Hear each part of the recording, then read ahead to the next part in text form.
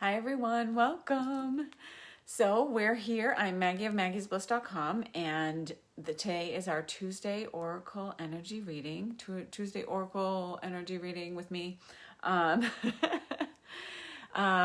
was able to figure out the issue with Facebook. I had to delete the app from my phone. If anyone was trying to attend my full moon sound journey last night, I had to delete the app and then reinstall it, and now it's like all updated and allows me to go live on my page. Thank goodness. So, sharing with you now the fun cards for our energy reading. So happy full moon. It was last night, Pisces. We're still in the thick of it. The full moon itself, in general, when it's a full moon, magnifies everything. And so we're in that water sign of Pisces when it was at its fullest, right? And that brings up emotions to be released. Pisces is a dreamer. They're very intuitive, very psychic. It's a great time to really honor your emotions, honor your dreams, and align to your highest your higher self for that. Tomorrow we have Mabon. I am gonna go live tomorrow. I'm hoping to go live like right around the time that it has like the official Mabon, right? Autumn equinox. I believe it's like 3:21 Eastern time. So we'll see. We'll see if I can get on at that time. I may have to come on earlier. We'll see. So we also have Mercury retrograde coming up September 26th, I believe. And Mercury retrograde, we feel it as it's coming.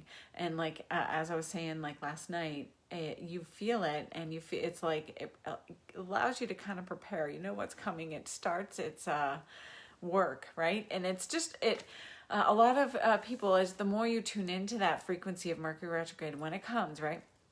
You tune in and you see it as a very productive time because you're getting a lot of stuff done, a lot of stuff that maybe you procrastinated on.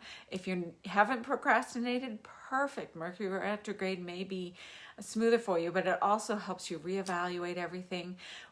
For Mercury retrograde, communication could be challenging, so just watch how you're speaking to people and think your thoughts before you say them out loud. You know those times where you're like, oh, did I just say that out loud? Try to think about what you're saying with people and how you're communicating with each other, because sometimes that can be a challenge. But it being communication, it also tends to affect electronics, especially our computers and Facebook. That whole Facebook issue came up for me. That was silly, but that's coming. It's the 26th. But again, we're in that shadow period now leading up to it. So just some things to think about as we head in. So the two decks I'm working with today, Divine Feminine. I've worked with this one before with you guys, so it's awesome. It is Megan Watterson, in case it's backwards for you, but it's the Divine Feminine. If you're looking for it, it's a beautiful deck. The back of the card itself, awesome. And then the second deck I'm working with is Witch's Wisdom. I love the artwork in here. I love the entire deck. So it is, the Witch's Wisdom Oracle cards, Barbara, oh my, I don't know if I'm going to pronounce her name right, Mecklejohn Free, and Flavia Kate Peters.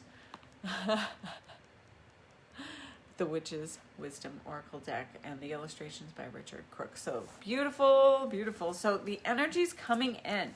So I am tuning into, there's a lot of anger in the collective right now, a lot of anger, right? And as we go through a grieving process, anger is one of those things that comes up, right?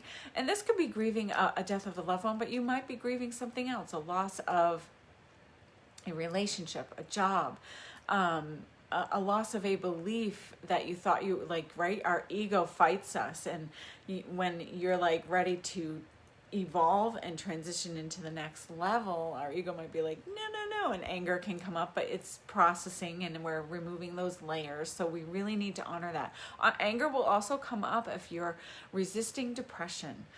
So anger is very commonly linked with depression. So those things, right, you want to figure out and get in tune with your energies with your emotions and see what you're feeling, when you're feeling it, and why. So the more you tune into things, you can process it, you can move through it, and then work on whatever those patterns, issues that are coming up to work on. Okay, so the first thing that came up, it's so funny, these first two cards that I pulled from the Witch's Wisdom deck. Here's the back of the deck in case you want to see. That's beautiful stars with it, making the stars, the pentacle. I love it. So the first one that came up is broomstick. Broomstick, and its clearance is what that says, right? So broomsticks, right? Very powerful way of cleansing and clearing energetically and physically. So yes, we use it for our physical cleanup, and while we're doing our physical cleanup, we can utilize that energy. It just naturally clears the way, clears your pathway, and it's definitely something to tune into energetically as you're cleaning. Okay, what are you clearing out? What are you releasing? What are you calling in from that release, right? Or just clarity. Maybe it is just clarity, whatever you're calling in. Hi, Sam. Good morning for you. Morning, right? And, okay. This is very much so about, and for me, what stuck out for this card was very much so the front door. In Feng Shui, your front door is the mouth of Qi. It's where you invite the energy to flow in. So this could be front door for your home or your business. So it's helpful to have them look beautiful and inviting in the energy that you are wanting them to see. So what if it's a business, so you want it to be inviting, so people feel like maybe you're putting up the little sparkly lights in your plants outside the door, or something else that's beautiful, landscaping that you would do to make it beautiful, and people feel like, okay, I can come in, I'm invited. And then if you want people to come in and feel invited into your home, and to have it have a peaceful essence to it, have the energy, the mouth of Qi, be peaceful. And then, like, I would put like Buddha out because that's me, but what's your peaceful vibe, or any other kind of vibe that you're hoping your home will have? Maybe it's joyous and happy and celebratory because that's your personality, and you want to have a lot of people over and celebrate and do that fun group gatherings that you like to do. So whatever your essence is, and it's helpful to have your front door be a different color than your home. And this is speaking home, and you may not have the choice with a business, so think about it. Think what you can do to get it to look beautiful. For me, and when I go to homes, I love, like when I move, I want my door purple. So it's up to you. Red is a very popular one for Feng Shui. Popular and powerful to bring that in. So you choose for Feng Shui. So broomstick clearing. So this is not only just for your home. This is coming up because we need to clear and cleanse our bodies. We need to clear and cleanse our thoughts. And I'll tell you what, the next one that came in, very powerful, water sign. And this again, cleansing. So not only are we supposed to be working on cleansing our environment, that's the external. We have to work on cleansing the internal. Our earth, Gaia, and us, we're all made up of mostly water. So we align and attune to those natural rhythms, or we can resist it too. So what we want to do is come back into relationship with water. Have the flow of water be cleansing and purifying. Make sure that you're getting into the shower or the bathtub, Epsom salts, lavender, what you want in your tub to help cleanse and purify your body.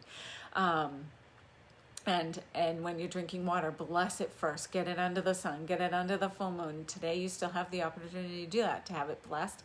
And then you can just bless it yourself, whether it's a full moon phase or not. And if you're an energy healer, send the light and love in there too, into your water. And remember Dr. Emoto's his experiments with water. And if you haven't heard this, I'm going to say it again real fast, but watch What the Bleep Do We Know to really drive it home for you. It's an awesome movie. What the Bleep Do We Know is awesome. Oh, happy International Peace Day, Sim. So we want, what Dr. Emoto does is he put water under a microscope, But first, he worked with that water. He put water in jars that had love written on it, soothing music, maybe classical or uplifting music. And then he had other water in comparison, different room, right? Crappy, gross music that with negative words, negative feelings, right? And not so nice words like hate and jealousy and fear.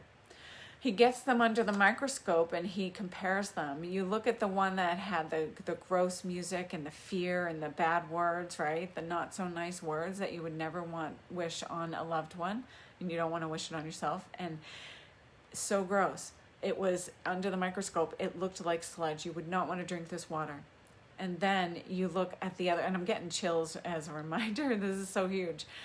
You might have heard this, but really it's powerful. He looked at the other jar that had love, soothing music or uplifting music, happiness, joy, whatever the things he wrote on, and peace. All those things gets it under the microscope, and it creates these beautiful crystalline structures like unique snowflakes, right? And you're drinking that water. We are made up of mostly water, so we have to think about this and drive that home for yourself. Don't talk about yourself negatively. Don't think about yourself negatively. Think about switching your thoughts in the moment. Be like, okay, what am I feeling? What am I thinking right now? And then other times when you know you talked nasty about yourself, change it. Change it, change the words. Even if you're not feeling it at first, you change the words, you start to rev the engine, right? Of driving forward the positivity, the upliftment, the love, and the cleansing and purification effects within your own body. And that's everywhere. And do that for your water, because you're going to take in some beautiful energies.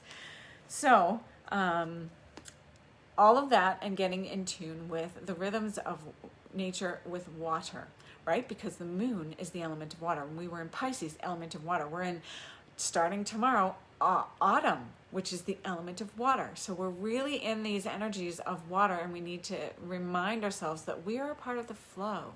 So don't resist the flow, allow it, just like the river, right? We're a part of that flow. So those two cards came up, and now I'm moving on to the Divine Feminine deck for our last two cards, because it's very appropriate. Oh my God, so good. So this is Marguerite, and I'm going to say this wrong, Porite or Porete, I'm not sure. The mystic of divine love. Love is divine, and I am nothing except love. This is a reminder that at the very core of your essence, you are made of stardust, which is love dust. You are love, and that at the very core is what everyone is, no matter how nasty and rude and mean they are. They are still, at their very core, light and love. So when someone, and it's so hard, I know, I'm human, I get this, when someone crosses you, do what you can, set your boundaries, do what you have to do first to honor and protect yourself, but also start the forgiveness work right away. I know, because the sooner you do it, the better, the easier, right? So that you're not, as I mentioned the other day, last night maybe, you're not stuck in that cage with the person you refuse to forgive. You're stuck until you say, okay, I'm going to send that person love. You can picture sending them sparkles, roses, purple roses, rose petals, and you can even get funnier with it, and then it uplifts your energy. You can get real creative with what you visualize. Our visualization, I'm very clairvoyant, right? I see visions. Our visualization is powerful. Everyone has this ability. You can imagine and send power to what you're imagining. You can cleanse your home by imagining the energy in your home vibrant, gold, rainbow, whatever is coming to you. I talk about this in my classes. But we are love at our very core. And the more you tune into your sacred heart here and open that up, operate from here. It's helpful to have our sacred wisdom, but remember, it's sometimes hard to discern between sacred wisdom and ego thoughts. So make sure you drop into your heart center to truly feel the energy and the essence of truth there from what you receive, what you perceive that you're receiving, right? So drop here and say, does it feel true? And then also open your heart. Just send love anyway. Send love to the people that you're like, I do not condone what you're doing. I disagree with it completely, but I'm going to send you love because it's your very core. And right, send that to the collective, send it to all of the higher ups up there. They say higher ups, we're all equals.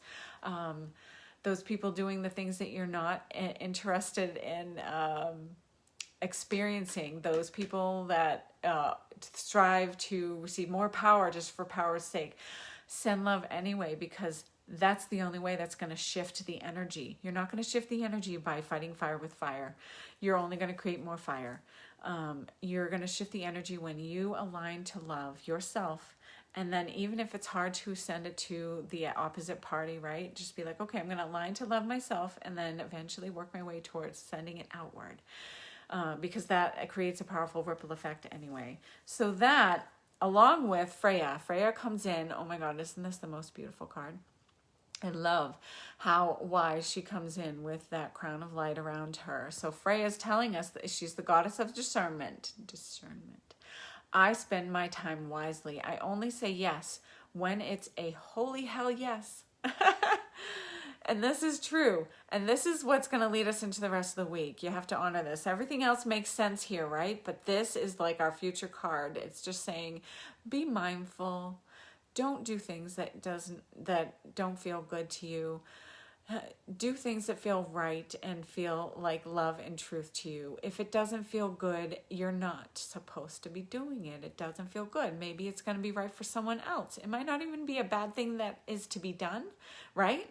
So, like bad, but someone else is meant to do it. You're meant to do something else. You're going to know it if it doesn't honor your energy.